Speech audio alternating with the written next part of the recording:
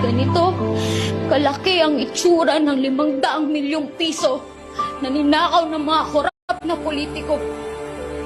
Kung napunta sana to sa amin, kaya sana nitong magdagdag ng halos 5,000 hospital beds para sa mga pampublikong hospital. Kaya sana nitong mag-provide ng daang-daang teknolohiya, pasilidad at espesyalista. Dahil alam nyo na hindi namin kaya magpagamot sa ibang bansa. Habang kayo, general check-up sa Singapore pa? Sa US pa? Hindi ko piniling magkasakit.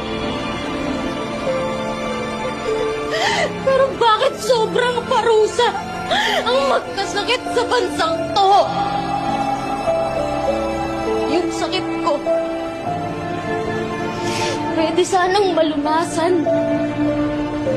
Meron lang sanang gamot at maayos na paggamutan.